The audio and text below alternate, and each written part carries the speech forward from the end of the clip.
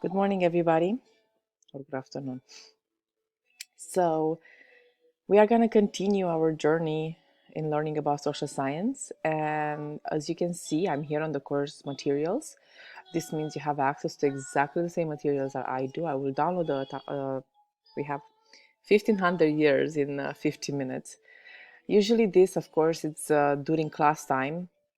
This lecture, I don't have a PowerPoint, I only have a Word document. The reason for that is because in these classes, I usually we go to coffee shops or we go outside in the yard, and I give you this Word document. I print it and I give it to you, and I kind of expect all of you to just have a cool conversation about this topic.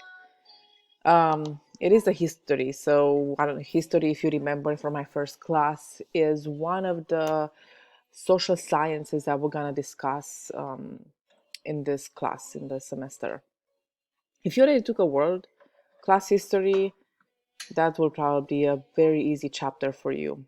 If you didn't, or you didn't like history in high school, this might be a little bit of a tough chapter for you.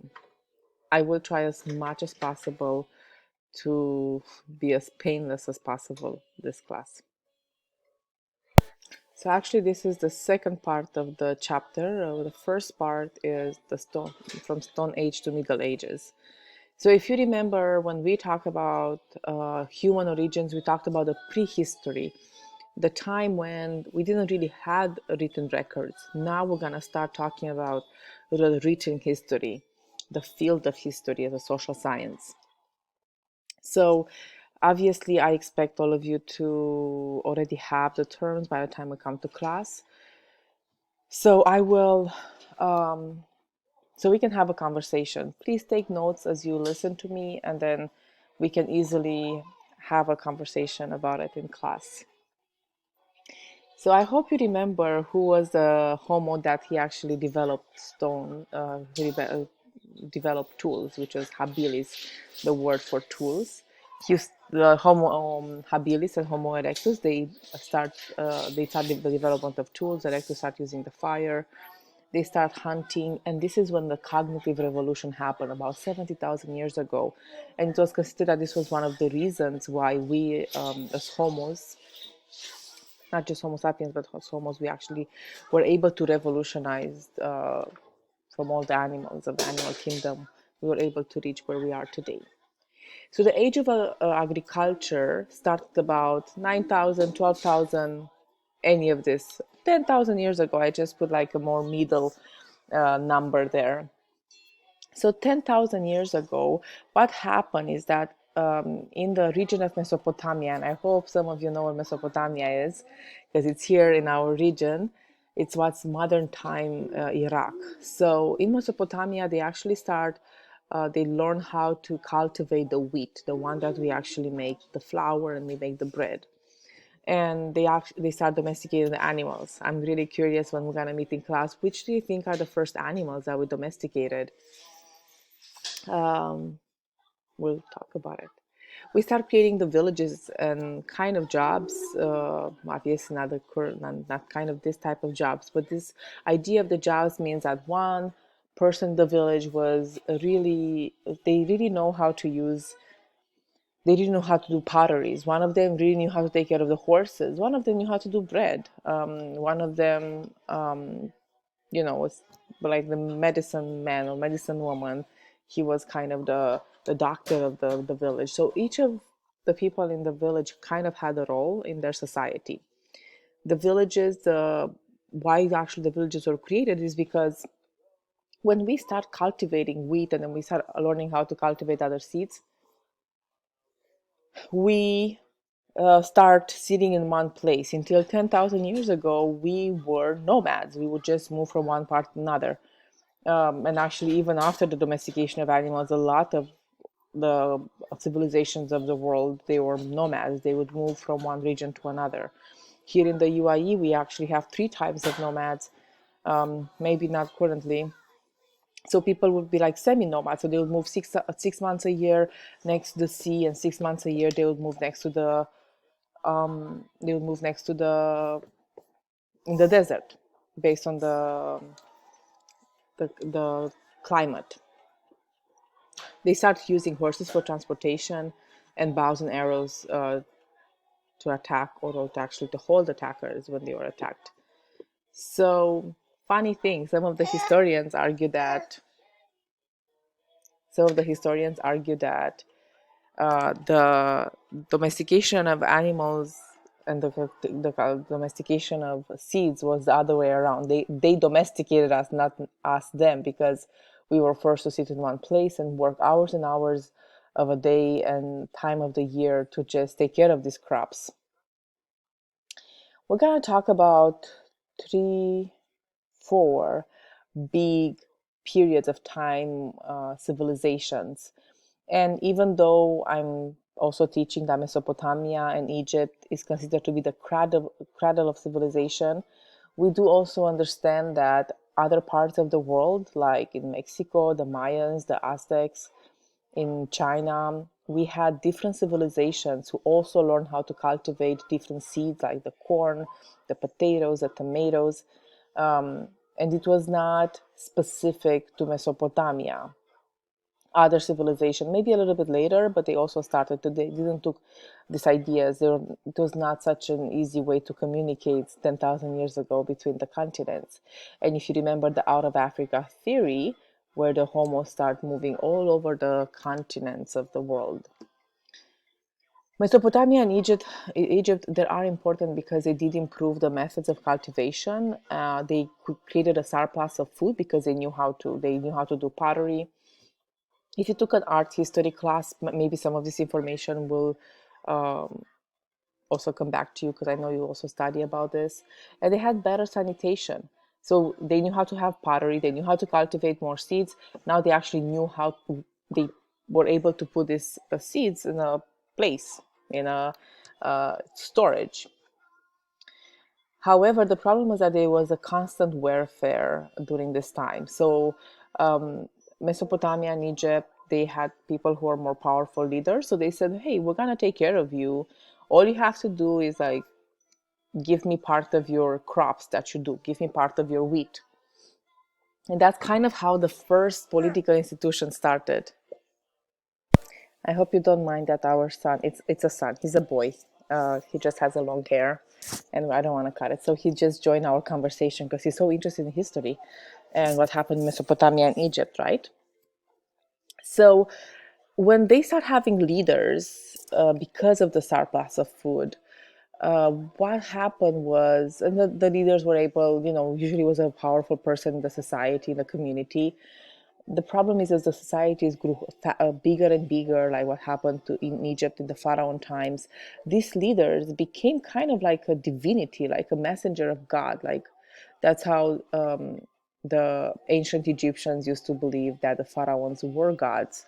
If any of you know what the pyramids were, they're just tombs where they just supposed to put the bodies because, yeah, to for afterlife. So this is actually the start of the pagan religion as an institution.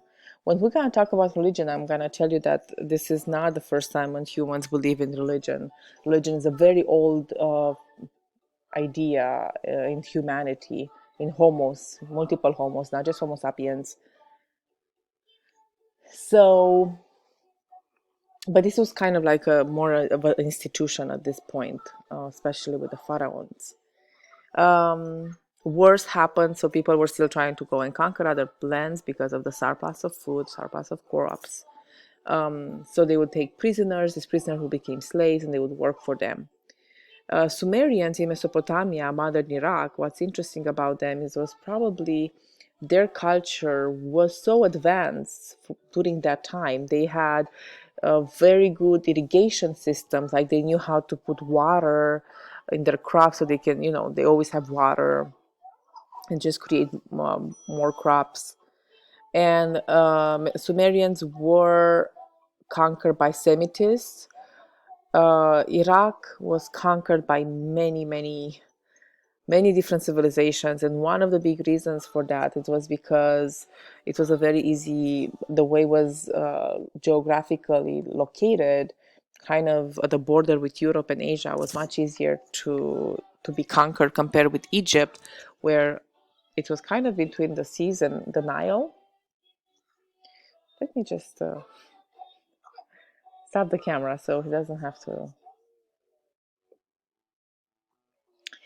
Uh, Egypt had a more chance to flourish um, than the Mesopotamia. So they had the pharaohs at that time, 3,500 years ago. Oh yes, sorry. I wanted to actually talk to you about the 4,000 years ago, the Code of Hammurabi. This is one of your terms that you had to write down for today's class. So Code of Hammurabi, Hammurabi was a king in modern-day Iraq, and he was the one who is considered to be the first leader who actually wrote a legal code. So this idea of an eye for an eye still exists until today. Um, the the Judaism, you know, was inspired by his laws, and from the Judaism, Christianity, and Islam was born. So we are still kind of using it until today. So the Greek civilizations started about 3,000 years ago before Christ in Crete. So all I want you to know about the Greek civilizations is that they were actually Doric tribes from the north, from Mesopotamia, not Mesopotamia, Macedonia. Actually, Alexander the Great, that I hope all of you heard about him, was also from Macedonia. Alexander the Great is known for saying, "Give me more land to conquer." They actually conquered, the Greek civilization conquered till the border um, with India. So that's why maybe you will see that the Greek civilizations have a lot in common with the Mediterranean cultures, with Lebanon and Egypt. In Egypt, that's why we have the name Alexandria from Alexander, where he actually did the first library. So the Greek civilization, I realize that I can actually share my camera again. What's extremely important about them is that they actually had a political organization. They had two type of polis, Sparta and Athens. They had people who would vote. They had an industry. They had merchants. So besides the wealthy people and the poor people, they actually had a middle class. Kind of for the first time, the merchants who actually became wealthy because they start trading. So kind of the multiple social classes were born. Persian Empire. Persian Empire was Christ is associated with Jesus, Isa, in Christianity, and we are on year zero. Like BC is before Christ, then zero came, Jesus was born, and then now we are AD. I hope all of you know why we're in year 2020. We're on year 2020 because 2020 years ago, Jesus was born. So that's how we calculate. Because we don't want to associate any of the years with any religion, just to be secular, we're going to use before current year. And AD means actualmente, like the actual year, like after the actual year where we are, 2020. I will ask in class if you know which year do you know we are the Islamic, based on the Islamic calendar. So yes, the in the 5th century before Christ, Persian Empire was emerged. Cyprus the Great was actually the founder of the empire, and if you are from Iran or you actually ever visited Iran, is an impressive. It's a the dream come true for archaeologists because it's so many UNESCO sites there, and in uh, Persepolis is actually in Shiraz, so it you can find amazing artifacts on their history and our history as a humanity. So Roman civilization actually started. If you heard about the Romans, I know some of you make this mistake of assuming that because I'm Romanian, it's associated with the Roman Empire, but the Roman Empire is associated with about 4,000 before Christ, which means like 4,000 years ago, 6,000 years ago. Social groups